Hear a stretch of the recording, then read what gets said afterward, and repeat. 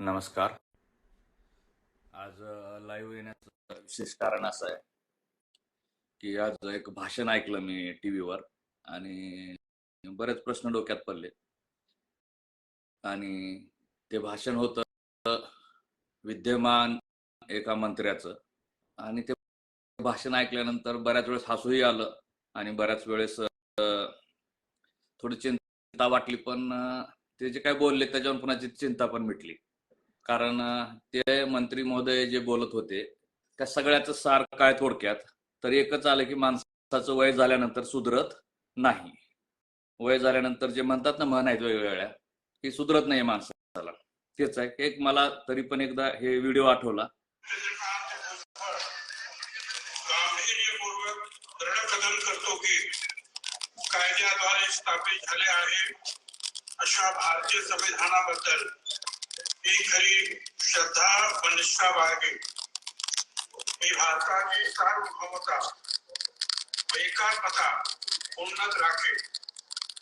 मी महाराष्ट्र राज्याचा मंत्री म्हणून माझी कामे निष्ठापूर्वक व शुद्ध बुद्धीने पार पाडेन आणि संविधान व कायदा यानुसार सर्व तऱ्हेच्या लोकांना मी निर्भयपणे व निष्प्रभपणे तसेच कोणाच्याही विषयी महत्व भाव किंवा आकस न बाळगता न्याय्य वागणूक देईन. हे शपथ लक्षात नाहीये मंत्री महोदयाला आज बोलताना की एका समाजाबद्दल किंवा मनोज जरांगे पाटील या व्यक्तीबद्दल आकस भावनाने सर्रास खोटं बोलताना हा माणूस जराही लचकला नाही. बरं, शेवटी अपेक्षा कोणाकडून करायची? ज्या माणसानं एखाद्या फुल विक्रेत्याला उपमुख्यमंत्र्यापर्यंत नेलं किंवा आमदार बनवलं, नगरसेवक बनवलं, बाळासाहेब ठाकरे यांना धोका देणाऱ्या किंवा शरद पवार यांना धोका देणाऱ्या माणसाला आज बाळासाहेब ठाकरेला धोका देऊन मोठा झाला, पुन्हा शरद पवार यांना धोका देऊन मोठा झाला. आणि आज काय करतोय तर मी खात्रीनं सांगतो की गोरगरीब जे सामान्य लोक आहेत, जे गुण्यागोविंदानं राहत आहेत गावोगावी, त्या ओबीसी समाजाचं भांडवल करून स्वतःला मुख्यमंत्री पद मिळवण्याचा हा आटाटोप आहे असं मला आज वाटलं. नक्कीच हे मुख्यमंत्री होण्यासाठी धडपड करतायत, परंतु यात सर्वसामान्य गोरगरीब जनता गावखेड्यात गुण्यागोविंदानं राहणारे बळी पडतील असं वाटतंय. पण थोडं बघितल्यानंतर असं लक्षात आलं की ते ज्यावर टीका करतायत त्या टीका सगळ्या ऐकल्यानंतर ही गोरगरीब जनता अशा भामट्याच्या मागे जाईल असं आम्हाला कुणाला वाटत नाहीये. असो, आज वय झालंय आणि वय झाल्यावर माणूस कसा हे बुद्धिभ्रष्ट झाल्यानंतर कसं बोलतो त्याचे काही उदाहरणं आहेत की एक पहिलं म्हणजे मला जास्त आवडलेला एक डायलॉग आहे. आता तुम्ही ऐकणाऱ्याने डायलॉग कुणासाठी आहे आणि कोण कुणाला मारते याचा विचार करा. म्हणजे हा डायलॉग ज्या व्यक्तीबद्दल बोलला जातोय तो डायलॉग तो व्यक्ती आम्हाला माहित आहे, सगळ्या महाराष्ट्राला माहित आहे, आता जगाला किंवा 33 देशाला माहित झालेला आहे. तो माणूस म्हणजे मनोज जरांगे पाटील. आणि तो कोण आहे तर एक 2 एकरवाला 5वी 6वी काय शिक्षण असेल ते शिकलेला, गावरान बोलण्याला, गोरगरिबाच्या लेकरात मिसळणारा, गोरगरिबाच्या लेकरांची वेदना समजून घेणारा मनोज जरांगे पाटील यांच्यासाठी हा डायलॉग आहे. म्हणजे मुळात हा स्क्रिप्ट लिहून देणाऱ्या आधुनिक चाणक्यांनी हा डायलॉग कुणाला दिला असेल तर खात्रीनं सांगतो हा डायलॉग चुकीच्या व्यक्तीसाठी वापरला. तो स्क्रिप्ट मध्ये दुसऱ्या पानावर असेल. तो डायलॉग काय होता? लष्कर भी तुम्हारा है. आपण इथं लष्करच्या ऐवजी पोलीस समजून घेऊ. लष्कर भी तुम्हारा है, सरदार भी तुम्हारा है. म्हणजे मुख्यमंत्री उपमुख्यमंत्री. लष्कर भी तुम्हारा है, सरदार भी तुम्हारा है. तुम झूठ को सच लिख दो, अखबार भी तुम्हारा है. म्हणजे बघा, तुम झूठ को सच लिख दो, अखबार भी तुम्हारा है. इस दौर के फरियादी जाए तो जाए कहां, राज्य भी तुम्हारा है, दरबार भी तुम्हारा है. हा लागू कुणाला होतो? जरांगे पाटला लागू होतो का? म्हणजे हे चुकीचा डायलॉग वापरला आणि याला वय जिम्मेदार आहे असं मला वाटतं की लष्कर भी तुम्हारा आहे म्हणजे पोलीस, सरदार भी तुम्हारा आहे म्हणजे सगळे आदेश देणारे मंत्री, तुम झूठ को सच लिख दो, अखबार भी तुम्हारा है म्हणजे मीडिया जरांगे पाटलाच्या मनावर चालते. काय शक्य आहे? आणि राज्य भी तुम्हारा है, दरबार भी तुम्हारा है. म्हणजे राज्य कुणाकडे आहे, दरबार कुणाचा आहे सगळ्यांना कळते. हे पहिलं झालं. दुसरं आहे पुराव्याबद्दल बोललं जाते. पुरावे. आता पुराव्याबद्दल तर सगळ्याला माहिती आहे की वेबसाईट केलेली आहे, त्या वेबसाईटवर सगळे अपलोड केलेले पुरावे आहेत. म्हणजे चष्मा जरी लागला असला वय झालं म्हणून तरी पण दिसतंय ना. किंवा मंत्री म्हणा, सचिव, असिस्टंट आहेत त्यांना बघायला लावायचं किंवा हे पुरावे मराठ्यांचे कुणबीचे जे पुरावे आहेत ते पुरावे किती आहेत. उगाच काहीतरी बोलायचं. एवढे का लोक काही येडे आहेत का? ओबीसी जरी समाज तुम्ही आणला असला म्हणून तर त्यांना एवढं कळत नाही का की साईटवर सगळ्यांना ते लिंक आहे, सगळ्यांना बघता येतात. दुसरं एक आणखीन एक बोलण्यात आलं की महिला पोलिसांचा लाठीचार्ज. आता ज्यावेळेस लाठीचार्ज झाला हे आधी आपल्याला कधी कळालं की गृहमंत्री, राज्याचे गृहमंत्री यांनी सांगितलं की पोलिसावर हल्ला झाला म्हणून. आणि पुढच्या काही तासानंतर व्हिडिओ यायला लागले आणि मग ते व्हिडिओ लोकांपर्यंत जायला 2 दिवस लागले. नंतर कळालं की कुणावर लाठीचार्ज झालाय. लाठी हल्ला हा सराटी मधल्या ओबीसी, मराठा सगळ्याच बांधवावर झालेला आहे. आम्ही स्वतः बघितलं तिथं मराठा, ओबीसी असं काही नाही, त्या गावातल्या सगळ्यावर लाठी हल्ला झालाय. आणि हे सांगतायत की शिवाजी महाराजांचे दाखले देत आहेत. कोण देते शिवाजी महाराजांचे दाखले हे हसायचा विषय आहे. महिलांवर, अरे मराठाच नाहीये तर तुमचं सोडून द्या, पण बाकी सगळा समाज महाराष्ट्रातला शिवाजी महाराजांना मानणार आहे आणि तो सगळा महिलांचा आदर करतो. परंतु तुम्ही ज्या स्क्रिप्ट लिहून देणाऱ्याची वाक्य बोलताय हे तुम्ही चुकीचे बोलताय आणि हे सगळ्या महाराष्ट्राला पूर्ण माहित आहे. आणि त्याच्याबद्दल काही लोकांनी माफी पण मागितलेली आहे आणि त्याचे व्हिडिओ सगळ्यांकडे आजही मोबाईलमध्ये आहेत. तुम्ही जर कुठेही गेलात, ओबीसी समाजाच्या बांधवाकडे जरी गेलात, ती देखील तुम्हाला हे गोष्ट व्यवस्थित समजून सांगू शकतो की नेमकं काय झालं होतं अंतरवाली सराटीमध्ये. आता दुसरं एक महत्वाचं आहे की घरं जाळली बीडमध्ये. आता तुम्हीच सांगितलं, आज आम्हाला इतके दिवस माहित नव्हतं. आम्हालाही वाटलं किंवा कोणीतरी मराठ्याच्या पोराने जाळला असेल, पण आता तुमचं सगळं ऐकलं, आता आम्हालाही शंका आलेली आहे. काय सांगितलं तुम्ही की सुभाष राऊत नावाचा व्यक्ती मंत्रालयात तुमच्या पुढे 11:30ला बसला होता आणि तेव्हा तुम्ही एसपीला फोन केला आणि त्याला संरक्षण द्या म्हणले. म्हणजे भविष्यवाणी तुम्हाला आधी कळाली, बरोबर आहे. आणि नंतर 4 वाजता त्याचं घर जाळलं गेलं. म्हणजे तुम्हाला 11:30ला तुमच्याकडे तो माणूस आला होता किंवा तुम्ही बोलावला असेल आणि नंतर त्या तुम्ही एसपीला फोन केला आणि नंतर त्याचं घर 4 वाजता जळलं. ह्याच्यावर संशोधन नक्की झालं पाहिजे. कारण मला एक वाटतंय की हे जे लाठी आहे त्या दिवशी जाळपोळ झाली, त्या जाळपोळ करताना तुम्ही कुठं होतात हे आम्हाला जनतेला माहित नव्हतं. आता तुम्ही सांगितलं की तुम्ही सुभाष राऊतला घेऊन बसले होते सकाळी, परंतु सर्वसामान्य लोकांना माहिती आहे की जरंगे पाटील आंतरवली सराटीमध्ये पाण्या वाचून उपोषण करायला बसले होते. ते साध्या फोनवर कुणाला उपलब्ध होत नव्हते, त्यांना बोलायची ताकद त्यांच्यात नव्हती. म्हणजे नक्कीच जरंगे पाटील ह्याच्यातून निर्दोष आहेत की त्यांनी तर असं काही केलेलं नाहीये. परंतु कोण करू शकतं? ज्याच्याकडे मोठं यंत्र आहे, सामुग्री आहे, हा पूर्वनियोजित कट असू शकतो असंही वाटतंय. कारण आता पुन्हा हे सगळ्या जनतेला आजच्या भाषणातून कळालं असेल की या माग कोण आहे, याचा सूत्रधार कोण आहे. ओबीसी समाजाला कळालं, मराठा समाजालाही कळालेलं आहे. आता याच्यामध्ये मराठा आरक्षणाची मागणी, तुम्ही 30-40 वर्ष सत्तेमध्ये आहात मंत्री महोदय. मराठा आरक्षणाची मागणीला आज 41 वर्ष होत आहेत, तर तुम्ही आम्हाला टिकणारं आरक्षण का दिलं नाही? मराठ्यांना तुम्ही आरक्षण दिलं पाहिजे हा पोकळ शब्द आहे. आता मराठ्यांना आरक्षणाला आमचा विरोध नाही हा पोकळ शब्द आहे. आता आमचं चड्डी न घालणारं लेकरूही लहान लहान महाराष्ट्रातलं, त्यालाही कळायला लागले की ही वाक्य हे चुकीचं आहे. मराठ्यांना आरक्षण दिलं पाहिजे, पण कंसामध्ये काय, कोर्टात न टिकणार. ही भावना कोणाची आहे? सगळ्याच पुढाऱ्यांची आहे.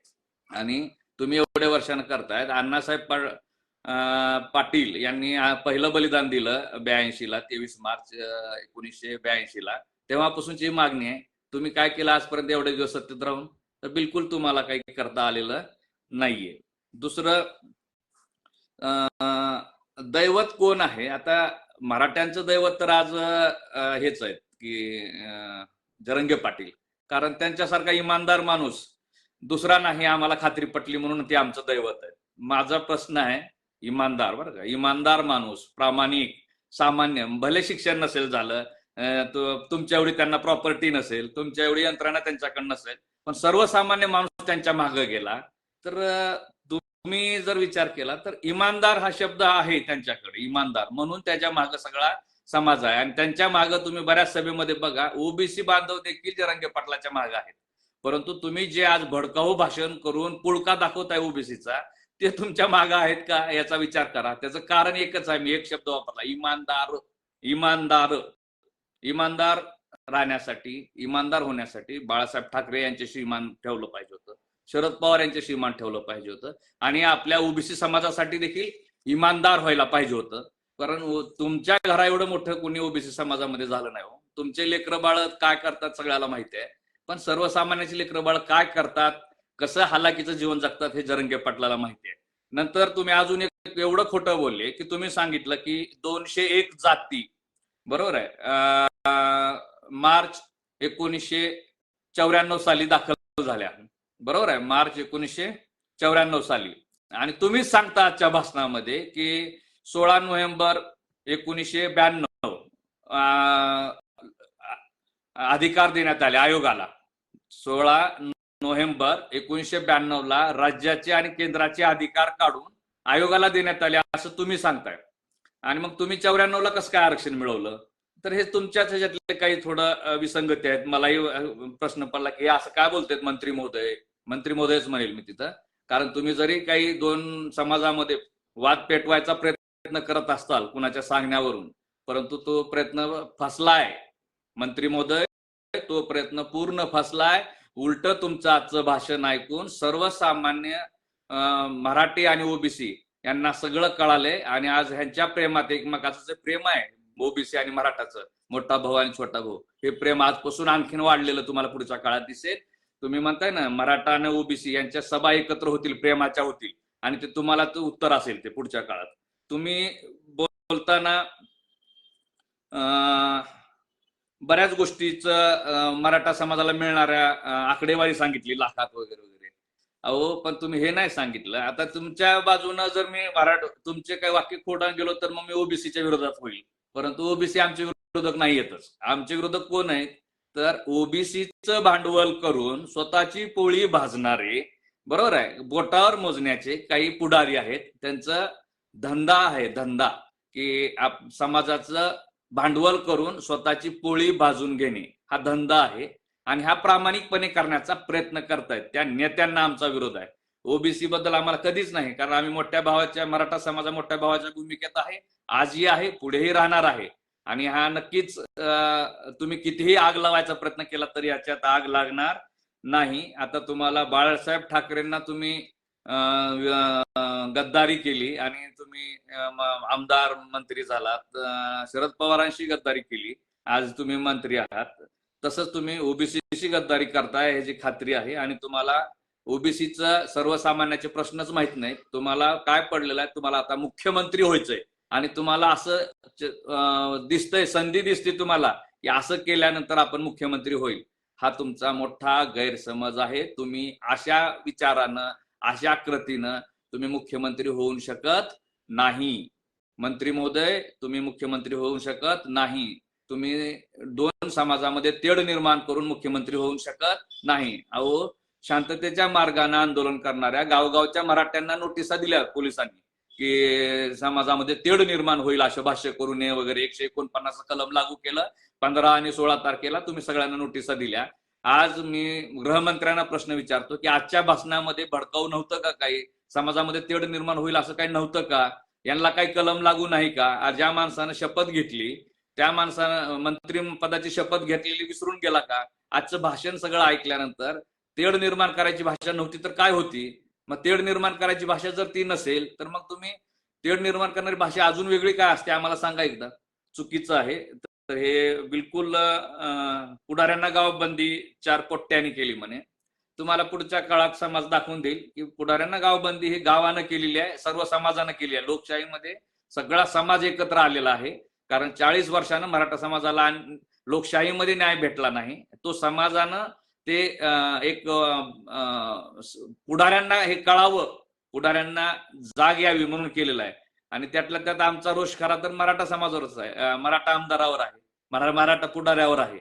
कारण हे तुमचं भाषण जर खरंच असतं खरं तर आज आमचे आमदार मराठ्याचे ना घर का ना घाट का, किंवा ना तेल बी गेलं तूप बी गेलं, मराठी बी नाही त्यांच्यासोबत आणि आता ओबीसी बी नाही, जर तुमचं ऐकत बसले सगळे तर तसं तर होणार नाही. कारण ओबीसी समाज हा त्यांना त्यांच्या शेजारी राहणारा, त्यांच्या गावात राहणारा मराठा समाज ओबीसी समाजाला चांगलं माहीत आहे. त्याच्यामुळे तुमच्या भाषणानं काही होईल असं आम्हाला वाटत नाही. मान्य आहे किंवा आपल्याला आरक्षणा म्हणजे काय सगळं नाही. आरक्षण हे गरजेचं आहे. आरक्षण ओबीसीला कमी पडत असेल तर ते वाढवून मागितलं जाईल आणि पुढच्या काळात ते होईलही. आधी आम्हाला आरक्षण हवंय, पुन्हा आपण ते वाढवूया. कारण जर कमी पडत असेल तर ते दुसरं एक आहे, हम आहा भरते हैं तो बदनाम हो जाते हैं और वो कत्ल करते हैं तो चर्चा भी नहीं होती. हे वाक्य तुम्हाला नाही शोभत, हे जरंगे पाटलाला शोभत आहे. कारण हे डायलॉग जे आहे ना, हे जरंगे पाटलासाठी आहे डायलॉग. हा तुमचाच आहे. हम आहा भरते हैं तो बदनाम हो जाते हैं और वो कत्ल करते हैं तो चर्चा नहीं होती. तर हे जरंगे पाटला लागू होते, तुम्हाला लागू होत नाही. आणि बिलकुल जरंगे पाटलाला तुमचाच डायलॉग आज मला सांगा वाटेल, जरंगे पाटलांसाठीच. मुश्किलों से भागना बहुत आसान होता है, डरने वालों को कुछ नहीं मिलता, जिंदगी में लढने वालों के कदमों में जहां होता है. हे तुम्हाला सूट नाही होत, हे जरंगे पाटलांना सूट होते. आणि तुम्ही जरंगे पाटलाची बरोबरी 10% बी करू शकत नाही. कारण तुमच्याकडे जरंगे पाटलाकडे एकच गोष्ट आहे, ती आहे इमानदारी. आणि त्याच इमानदारीवर जरंगे पाटलाच्या त्याच जरंगे पाटलाच्या इमानदारीवर सर्व समाज, मग तो धनगर असेल, दलित असेल, मुस्लिम असेल, माळी, तेली, कोळी, ओबीसी सगळा समाज आज जरंगे पाटलाच्या मागे आहे आणि जरंगे पाटलावर फिदा आहे. आणि तो कोण आहे तर तो आपल्या सामान्य माणसातला आहे आणि तो चोर नाही, तो इमानदार आहे. आणि त्या माणसाच्या मागे भविष्यात तुम्हाला लक्षात येईल की सगळा समाज राहील. आज समाजामध्ये तो आदर्श व्यक्ती झालेला आहे. त्यांना नावं ठेवून तुम्ही आणखीन त्यांना मोठं करताय. बरं झालं आजचं भाषण झालं ते, कारण थोडं मराठा आंदोलन थोडं जरा 2 महिन्याची मुदत दिली चाणक्यांनी. 2 महिन्याची मुदत का दिली हे आज आम्हाला कळालं चांगलं. सगळ्यांना कळालं की चाणक्यांनी 2 महिन्याची मुदत का दिली. आणि कुठं तर शेतीतील मरगळ आल्यासारखं झालं होतं. पण तुमच्यासारखे स्क्रिप्ट वाचणारे लोक बोलत राहतील आणि मग पुन्हा अजून मराठी आणि मराठ्यांसोबत ओबीसी, मुस्लिम, दलित सगळे त्यांच्या सोबतीला होते, आहेत आणि राहणार आहेत. आणि हे आरक्षण मिळाल्याशिवाय कुणी थांबणार नाही असं मला वाटतंय. भुजबळ साहेब, तुमचं वय झालंय, स्क्रिप्ट जरा नीट अभ्यास करून वाचत जावा. तुम्ही चुकीची स्क्रिप्ट वाचताय आणि कितीही प्रयत्न करा, हा समाज आता भडकणार नाही ना. ओबीसींना माझी विनंती आहे की तुम्हीही भडकू नका आणि मराठ्यांना विनंती आहे तुम्हीही भडकू नका. उलट हे असे भाषण ऐकायचे, लगेच लक्षात येतं की ह्यांचा हेतू काय आहे आणि मग आपण सावध व्हायचं आणि आपलं आंदोलन हे शांततेच्या मार्गाने करायचं. आणि आपल्यातलं जे प्रेम आहे, बंधुभाव आहे, तो आपल्याला आणखीन वाढवायचा आहे. असल्या लोकांमुळं आपल्यामध्ये दरी निर्माण करायची नाही. कारण असले लोक हे स्वतःच्या स्वार्थासाठी बरगळलेले आहेत. आज त्यांचा प्रयत्न काय होता तो सगळ्यांना लक्षात आलेला आहे. सर्वसामान्यांना मी खरंच सगळ्या समाजाचा, शिवरायांच्या सर्व मावळ्यांचा, मग ते दलित, मुस्लिम, ओबीसी सगळे, मराठा सगळ्यांचा मी आभारी आहे. असे पेटवणारे लोक कितीही तेल ओतले तरी तुम्ही कुणी पेटत नाहीयेत. उलट बंधुभाव, प्रेम वाढतोय. आणि पुढच्या काळात या अशा मंत्री महोदयांना लक्षात येईल की आज समाज किती बदललेला आहे. आज समाजाकडे खरं काय ते यायला लागलेलं आहे. जसं लाठी हल्लाचे व्हिडिओ आले आणि खरं काय, कुणाच्या कुठं लागलं, कुणाचं खरं लागलेलं, कुणाचं खोटं लागलेलं, हे सगळ्यांच्या मोबाईलमध्ये आजही आहे. आणि एवढं सगळं डळडळीत खरं असतानाही खोटं बोलून आपली पत घालवून काही पण डायलॉग मारून येत आणि आपलं वय झालंय असं सिद्ध करायचा प्रयत्न कोणी करू नये. उगाच 4 चमचे गोळा करून कुणाला त्यांनी खाल्लेलं असतं त्याच्यामुळे ते तुमचं वाजवणार, यानं हुरळून जायचं नाही. आपलं वय झालंय, आपण समाजाशी, ओबीसी समाजाशी इमानदारीनं राहिलं पाहिजे असं माझं विनंती आहे मंत्री महोदयांना. मंत्री महोदयांचा समाज सगळाच आहे, मराठा आहे, मुस्लिम आहे, दलित आहे, सगळ्यांचा विचार व्हावा. शांतता व सुव्यवस्था महाराष्ट्रात कशी राहील याचा प्रयत्न मंत्री महोदयापासून सुरुवात करावी असं माझी गृहमंत्र्यांनाही विनंती आहे. तर थोडं पुन्हा एकदा सांगतोय की दलित सगळ्याच समाजाला, ओबीसी आणि मराठा इथून पुढेही अजून वेगवेगळे काही मंत्री येतील, नाही अजून कोणी नेते येतील, आपल्यामध्ये दरी निर्माण करायचा प्रयत्न करतील. याला आपण बळी पडायचं नाही आणि आपली एकजूट आणखीन चांगल्या पद्धतीने ठेवू. जरांगे पाटलाच्या सभेला सगळे लोक येत आहेत, आम्ही पाहिले डोळ्याने सगळ्यांनी. गावात आम्ही राहिलो, गावातल्या लोकांच्या भावना बघितलेल्या आहेत. साखळी उपोषण चालू आहे, त्यात अर्धे लोक ओबीसीचे आहेत. आणि नक्कीच हा आधुनिक महाराष्ट्र, शिवरायांचा महाराष्ट्र, याचा मला आज अभिमान आहे. धन्यवाद.